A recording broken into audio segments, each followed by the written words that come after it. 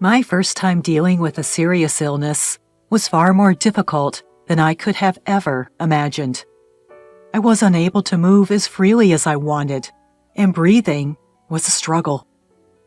My husband, who scorned my ill self, saying, "We don't need a bald and sickly woman," added insult to injury. As my body cried out in pain, my heart cried out too when I discovered my husband's affair. How could he cheat on me in this condition? I will never forgive him. I am determined to recover from this illness and make him regret his actions. My name is Alyssa. I am 30 years old. I was living happily with my husband Bob, whom I married a year ago. One day, on my way home from work, I was suddenly struck with immense physical pain and collapsed at the subway station. I was rushed to the hospital in an ambulance, and after a series of detailed examinations, it was confirmed. I had cancer. Cancer. Me? Is there some kind of mistake? I, who had never had any significant illness before and was always in good health, devastated by this cancer diagnosis. It's not too late to treat it, but if you don't start treatment immediately, it could be dangerous. I felt like I had been hit over the head at the doctor's words. But wait a minute. I've never had any issues in my company's health screenings before. The regular health screenings at workplaces often fail to detect diseases. It's not unusual for diseases to be detected only after detailed examinations, like tumor markers and brain scans, like in your case. I can't believe it. Please come back with a family member later. We need to discuss treatment plans. The doctor's words made my vision spin. I couldn't believe this was happening to me. When I left the doctor's office, I found a flurry of missed calls from my husband on my phone. It seemed he had been contacted when I was taken to the hospital by ambulance. He had come rushing to the hospital, but he couldn't find me and had been calling me incessantly. When I told him where I was, he came right away. The moment I saw his face, all the tension I had been holding in snapped, and tears started flowing down my cheeks. "Bob, what do I do? I have cancer." "Cancer? You, Alyssa? You must be joking." "I don't want to believe it either, but if we don't start the treatment soon, it might be too late. That's what the doctor said." "Unbelievable." "Bob, am I going to die?" "Don't say that. Of course you'll make it. Please, don't talk like that." Surrounded by other patients, I wept uncontrollably in my husband's arms. I didn't have the luxury to worry about other people. Clinging to my husband was the only way I could keep myself together.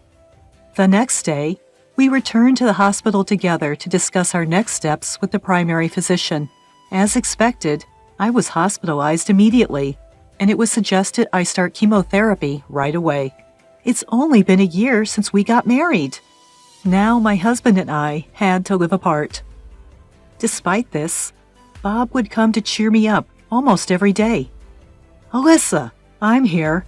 How are you feeling today?" "Bob, isn't your work hectic? You don't have to force yourself to come."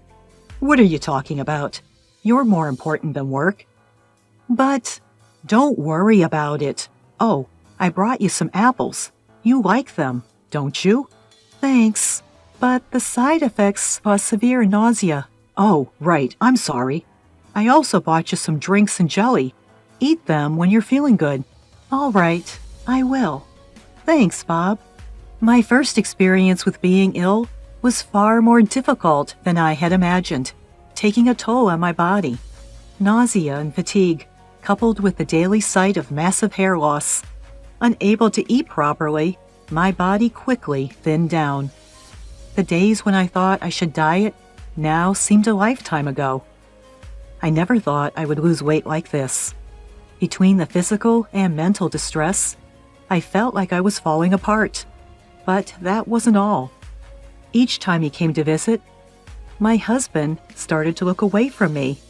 You've lost a lot of weight." "Bob, will you hold my hand?"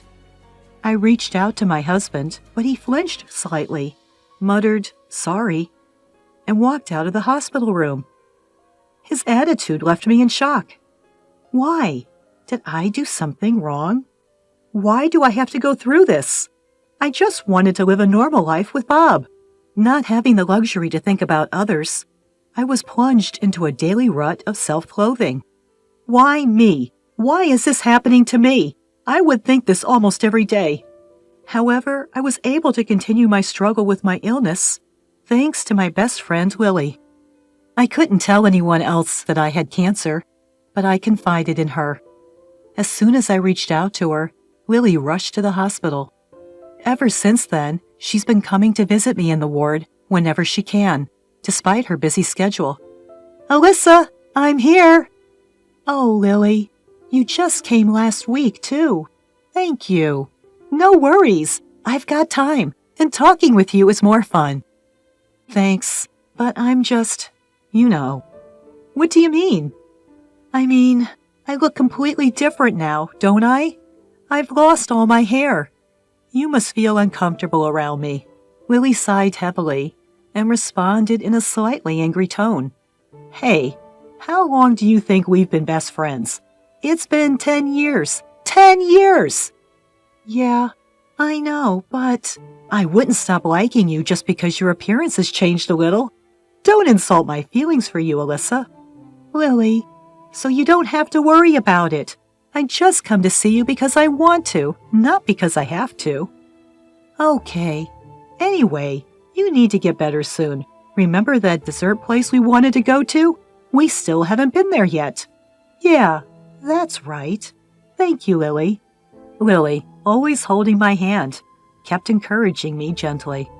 Thanks to her, I could vent my frustrations that I couldn't share with my husband. Time passed, and about 2 months later, I noticed something. My husband, who used to visit me nearly every day since I was hospitalized, hadn't shown up for a while. Even when I sent him a text on WhatsApp, the only response I got was, "I can't. I'm working late." Feeling really lonely, I decided to give him a call. "Hello, Bob?" Maybe it was because I called during his lunch break, but my husband answered the phone immediately. "Ah, Alyssa, what's up? I haven't seen you at all recently, so I thought, I just wanted to hear your voice." "Ah, I see. Sorry, but I'm a bit busy right now." "What? But isn't it your lunch break now?" "I've got some things to do. Sorry. I have to hang up." "What? Wait, Bob." The phone was hung up on me, and even after sending a message on WhatsApp, I received no response. Why? He used to visit me often. Could it be something happened while I was not around? Just when I started to feel uneasy, my best friend Lily came to me with an unusually gloomy expression. She tried to act as usual, but I could tell immediately that something was different. "Hey, Lily, did something happen?" Upon my inquiry, she showed obvious signs of disturbance. Why? Nothing's wrong. But you seem different. You seem to be forcing yourself to be cheerful. There's really nothing. Instead, did you see the news online? That comedian you like. Lily, please, just tell me. When I looked straight into her eyes, Lily awkwardly averted her gaze. After a moment of silence, she finally opened her mouth. "Actually, I saw something yesterday." "You saw? What did you see?" "I saw your husband walking arm in arm with another woman." "Excuse me?" "So sorry for springing this on you. I might have seen it wrong." My mind raced with panic at her words. Bob having an affair with another woman? No, he wouldn't do that. But he hasn't been visiting the hospital lately. Could it be? I decided to confide in Lily. "Lily, I think what you saw was indeed Bob." "Eh? Why would you say?" "Bob hasn't visited the hospital in these past 2 weeks. Plus, he lied to me about working late yesterday." "No way! I can't believe Bob would do such a thing." "I called his office yesterday for the first time in a while, but he cut me off, saying he was busy. If he was cheating, that would make sense. Alyssa, Lily, there's something I want to ask you. I decided to ask Lily to investigate my husband on my behalf. So she visited a detective agency and requested an investigation into my husband. 1 week later, seeing Lily's face after a long time, it was evident from her somber expression that the investigation results were not good. Struggling to start the conversation, I thanked her with a forced smile. Lily, you've been investigating, right? Thank you. Can I see it? Alyssa, maybe you're better off not seeing this. That's okay. I'm already expecting the worst. But it's okay. I took the envelope from Lily and checked its contents. There were photos of my husband holding hands with another woman, kissing on the street. I couldn't help but feel a rush of anger, my hand shaking as I held the photos. He's been doing this behind my back while I've been sick. I sent a message to my husband on WhatsApp saying, I need to talk to you at the hospital, and forcibly sent the worried Lily home.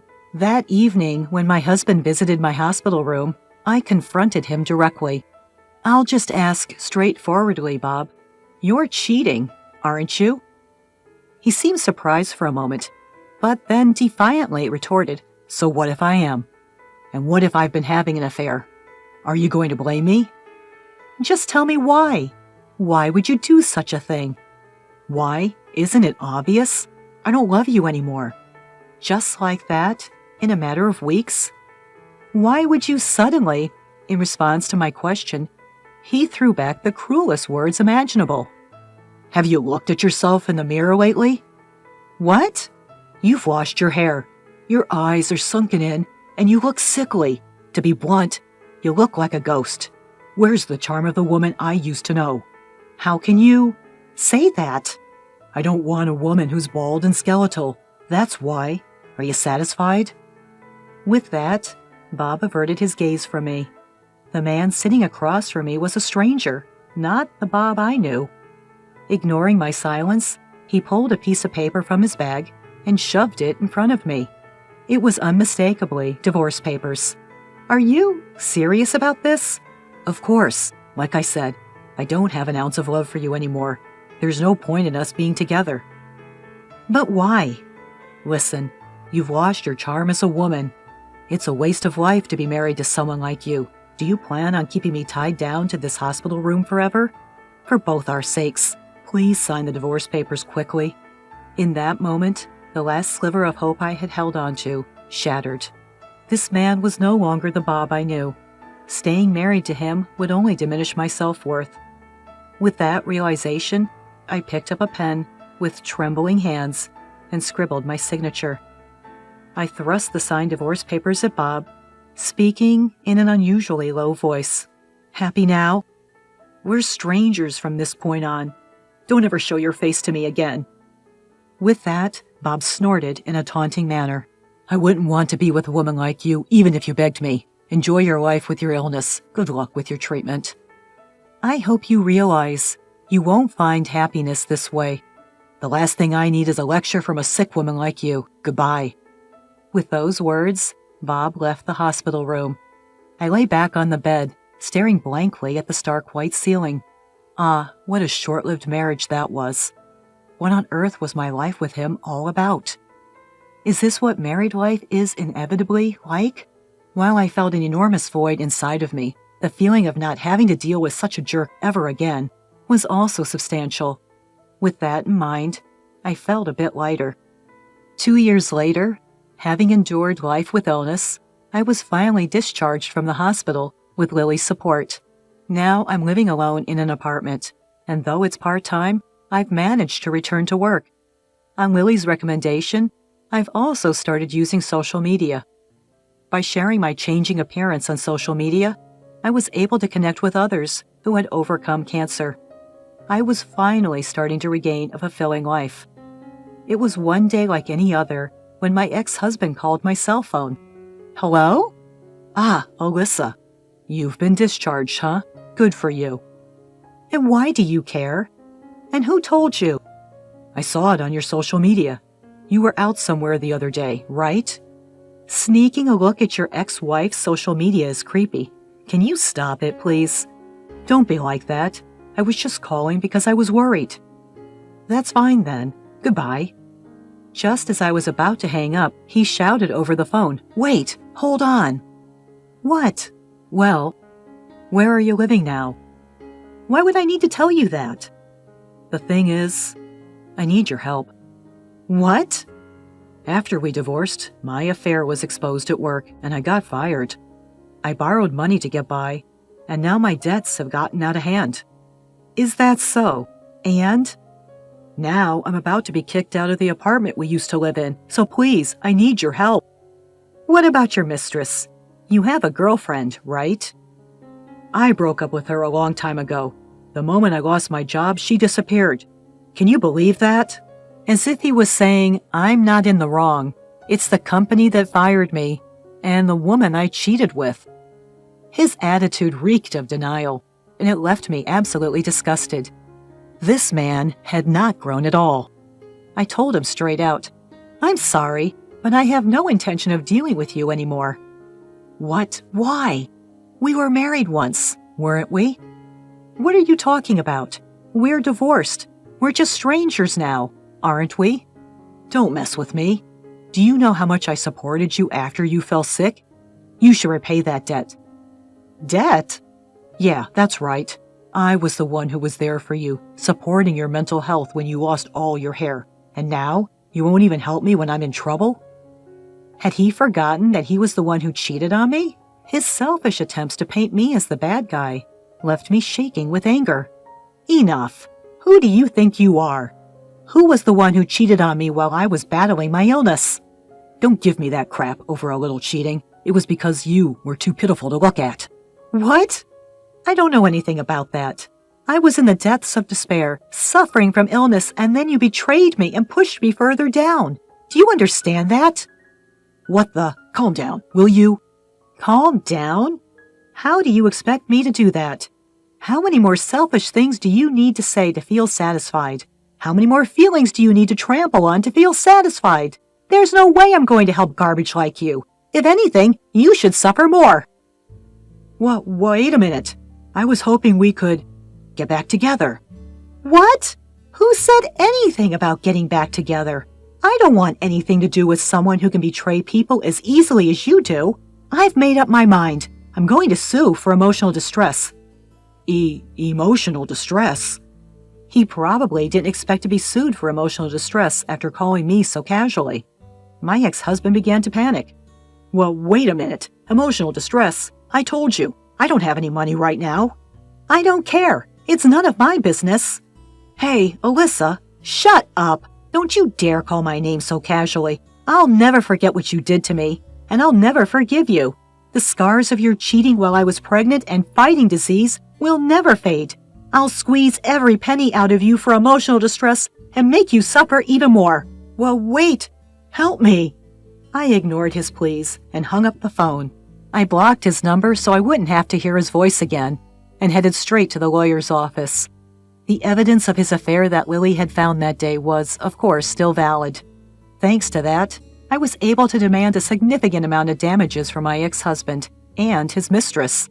As a result, they found themselves deep in debt, sinking as far as they could possibly go. My ex, who had been fired from his previous job, seemed to have a hard time finding steady employment and apparently had to work multiple part-time jobs. Rumor has it that he's been living on the run, trying to avoid debt collectors. On the other hand, I'm living a peaceful life by myself. Recently, I've been able to work more hours and have started to spend money on my hobbies. My current excitement is a trip to Hawaii with Lily next month. I've caused her quite a bit of trouble, so I'm covering all the travel expenses. But to be honest, I'm planning to use the damages from his infidelity for the trip. LOL. Being married isn't the only path to happiness. What really matters is having friends who genuinely care about you. I intend to cherish the best friend who helped me during that time for the rest of my life.